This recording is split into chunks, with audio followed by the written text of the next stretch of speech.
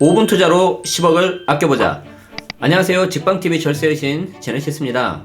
요즘 들어서 저에게 이런 질문을 굉장히 많이 하고 있습니다. 제네시스님, 월세 받으면 세금 내야 되나요? 질문을 굉장히 잘 하셔야 됩니다. 죄송하지만 질문이 조금 잘못되어 있습니다. 월세를 받는다고 세금을 내는 게 아니고요. 전세를 많이 한다고 세금을 내는 게 아니에요. 자, 중요한 게 뭐냐면 주택임대 수익금액. 자, 말 그대로 주택을 임대해서 발생하는 수입을 모두 다 의미를 합니다. 무슨 말이에요? 내가 집을 하나 가지고 있어요. 보통은 그 집이 내가 들어가서 사는 실거주 집일 경우가 99%다. 그런데 가끔 가다가 이 집이 하나가 있어도요, 전세나 월세로 임대를 놓는 경우가 있고, 집이 두 채, 세 채 이상이면은 거기에 맞게 또 이렇게 임대를 놓으시는 분들이 있어요. 자, 그럼 내가 집을 가지고 임대를 놓는다. 그때 뭔가 수입이 발생한다. 어떤 수입이 있을까요?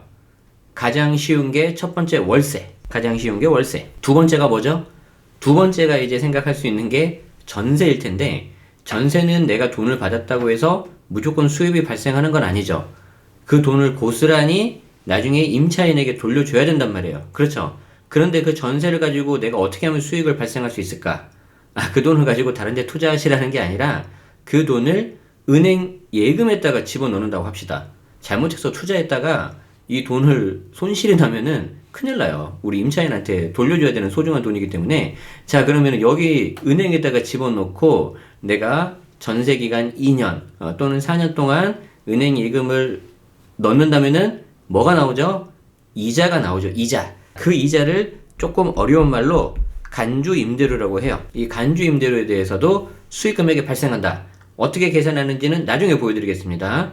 그리고 세 번째, 관리비도 일단 수익 금액이에요. 수익 금액. 뭐 다세대를 가지고 있다든지 다가구 가지고 있으면은 뭐 세대당 이렇게 뭐 월 몇만 원씩 뭐 청소도 같은 거 하게 관리비를 받을 수 있죠. 일단은 돈이 들어왔으니까 수익 금액이다. 그리고 거기에 대해서 경비 처리를 할 수도 있겠죠. 자, 어찌됐든 이 세 가지가 주택 임대를 통한 수익 금액입니다. 월세, 간주 임대료, 그리고 관리비. 자, 조금 전에 말씀드린 것처럼 주택 임대를 통한 수익 금액은 주택 수에 따라서 기준이 달라요. 우리 맨 처음에 돌아가서 어떤 분이 저에게 월세 받으면 반드시 소득세 신고를 해야 되냐 이렇게 물어보면 미안하지만 질문이 잘못됐다는 게 이거인 거죠. 본인이 가지고 있는 주택 수가 몇 개인데 이 경우에 수익 금액이 어떻게 되고 이 수익 금액에 따라서 세금이 얼마가 나오느냐 이렇게 물어봐야 된다는 거죠.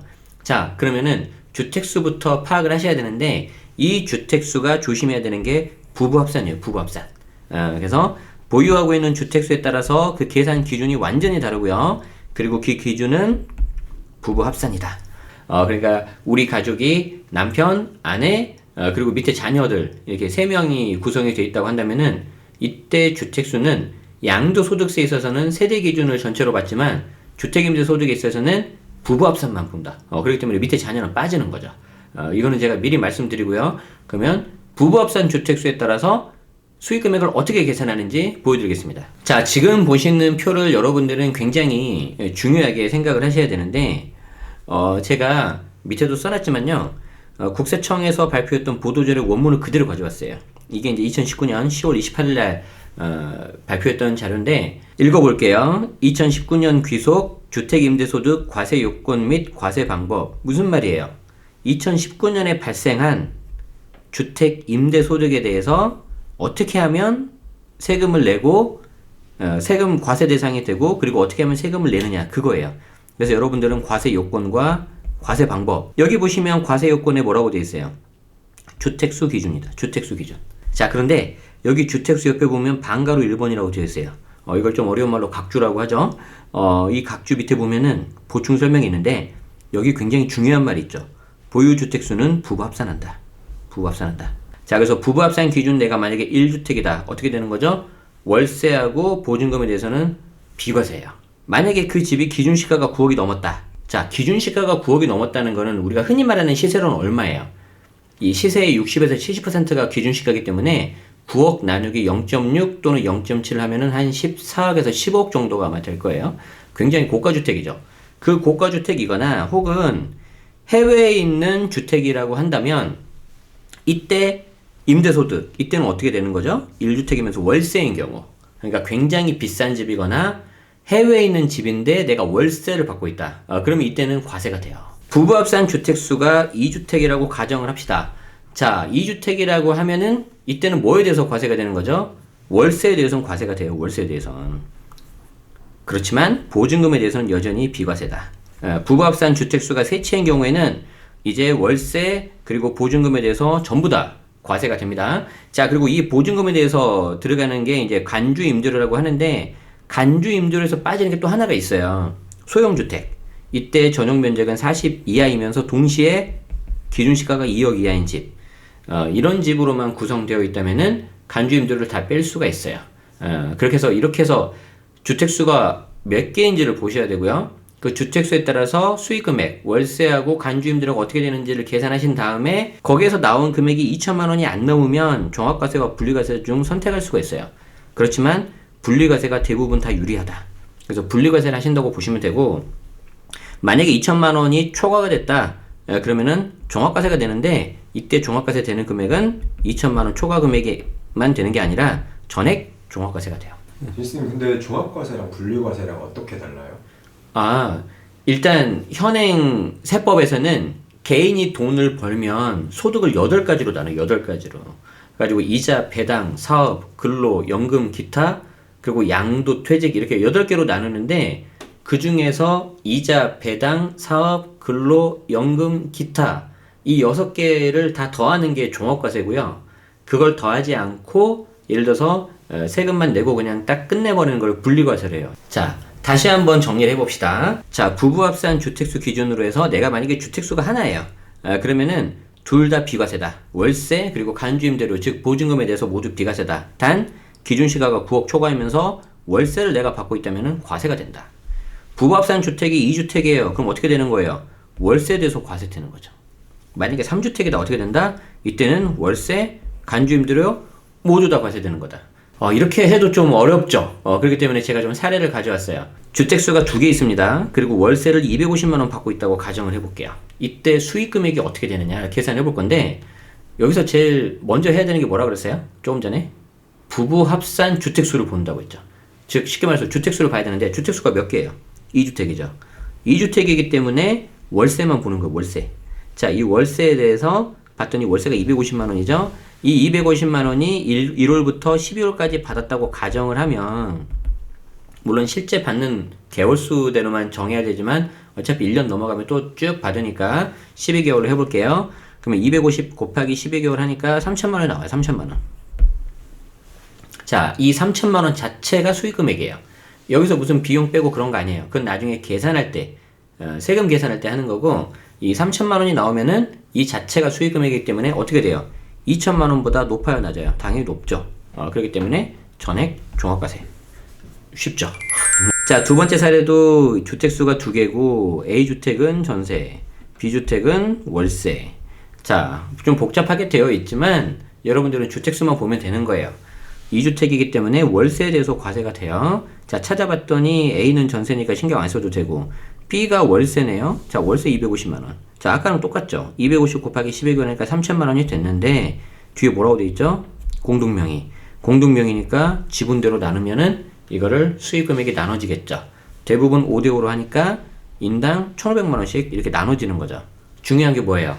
3천만 원이 1,500만 원으로 2천만 원 이하 밑으로 내려가 버렸죠. 자, 이거 어떻게 된다? 분리과세 또는 종합과세 선택하는데 대부분 경우에는 분리과세가 유리할 거예요. 그렇기 때문에 분리과세로 처리하면 되겠죠. 3주택인 경우에 지금 하나가 월세, 그리고 나머지 2개가 전세 이렇게 되어 있는데 주택수가 3개이기 때문에 월세와 간주임대료 전부 다 봐야 되죠. 자, 여기 찾아볼까요? 월세가 100만 원이네. 100만 원 곱하기 12개월 하니까 1,200만 원. 자, 그리고 간주임대료 계산은 어떻게 하냐면은 가지고 있는 주택의 보증금을 다 더해요. 그럼 이 보증금 중에 전세 보증금은 당연히 있을 테고 월세 보증금도 있겠죠. 소액이지만 월세 보증금 들어가 안 들어가요? 간혹가다 이걸 빼시는 분이 있어요. 그러시면 안 되죠. 전세 보증금, 월세 보증금 다 더해야 돼요. 조문에 보면 그냥 보증금 등으로 되어 있어요. 보증금을 다 더한다. 보증금을 다 더하니까 10억이네요. 자, 이 10억에서 3억을 빼줘요. 무슨 말이냐면 3억까지는 비과세 주겠다.